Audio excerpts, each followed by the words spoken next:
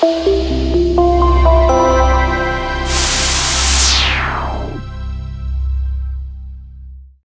everybody, it's John Costigan, and I have a great video here for management. It doesn't matter if you're sales management, operations, marketing, all the way up to CEO.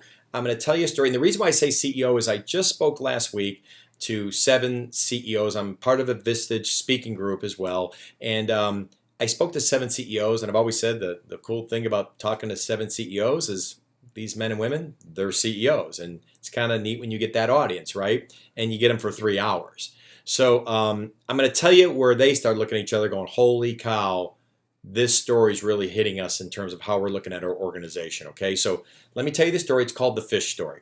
And what the fish story is this, and maybe you heard it. If not, stay with me because maybe I'll add a couple wrinkles to it. But the fish story is this. Your fish are your salespeople, right? Those are your salespeople and they're in the water. Well, the water, that's you. You control the water. You can control the stream. You can have the water meander, you can have the stream meander and turn or go fast like a waterfall, slow down to a trickle. The water could be dirty, the water can be clean. You control all of that, right? So as managers, you control this and then you have your fish. So you're going to control the fish too. So for example, if you want to take plant food and put it right over here on this side of your stream, well then the plant food might be your comp plans. For example, if you had a comp plan that said that the more that they sold, once they got to a certain part, then they got their kickers and they went now 110% a goal, 120, 130, and then their commissions might go from 20, 30, whatever that may be, right? That's the plant food, right? You can also have spiffs, sales contests, and that will drive all the fish to that area where they know they're going to make the most money. I mean, it's real simple.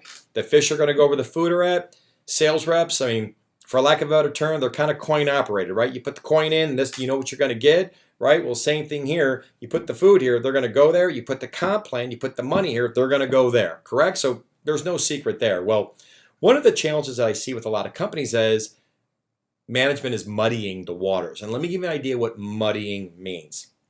The people I was talking about here, when she was telling me the story, she said, let me give you an idea what muddy means. We have everything in Salesforce here, and this is one of the larger software companies here in the Carolinas. She said we have everything in Salesforce, all of it.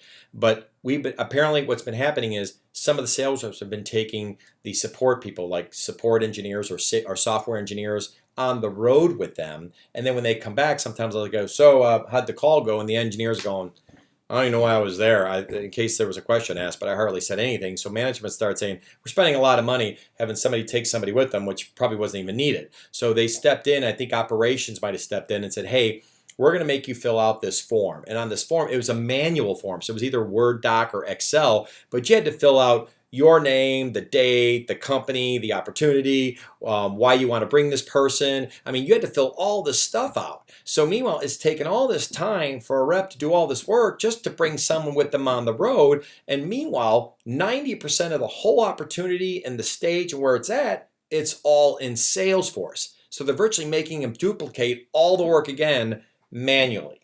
So that would be called muddying the waters. You're making the reps do a lot of work that maybe you really don't have to do, but somebody got upset about something, so you now got to fill this out. And that's probably very common what happens, right? And not to say who's right or wrong here, but it is what it is, okay? So at the end of the day, I bet you have a lot of things that might have you muddying the waters. Well, I mentioned this earlier where I said I was speaking with these 7 CEOs, right when I mentioned the moment about muddying the waters, and I said, if you have a lot of things that are going on that's not allowing your salespeople to truly sell, I said, what did they say? The average sales rep sells between 6.5 to 7 or 8 hours a week, depending on what survey you research.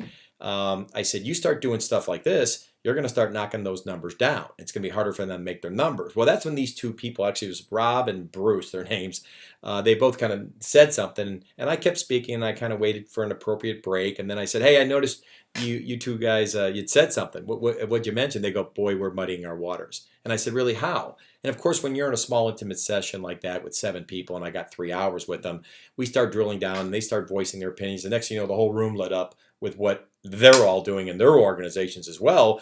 And it was amazing. I was like sitting there going, oh my gosh, I'm like 7 for 7. They're all talking about challenges they have in their company.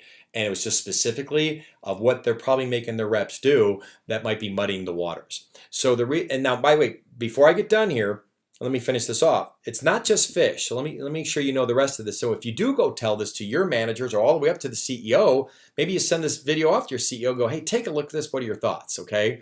So you have fish, but you also have turtles. Now, turtles, that's another type of salesperson, right? And that might be that salesperson that's maybe kind of methodical. They take their time. Maybe it's a B minus, C plus player, and you stick with them because they got the right attitude. They're loyal, and at the end of the day, they don't ruffle any feathers, and they get the job done. And maybe they're not hitting their number every year, but they're pretty good, right? And those are great. And then you have barracuda.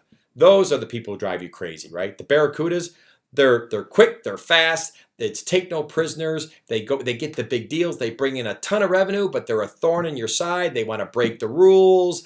Every time when I said that to these CEOs, everybody's going, boy, we got one of those. Everybody's got one or two of those people that they're probably just a headache, but they bring in the money and they're the number one, number two reps. You go, you almost sometimes look the other way, right? So you got barracudas in this water as well, okay? And then also you have dogs.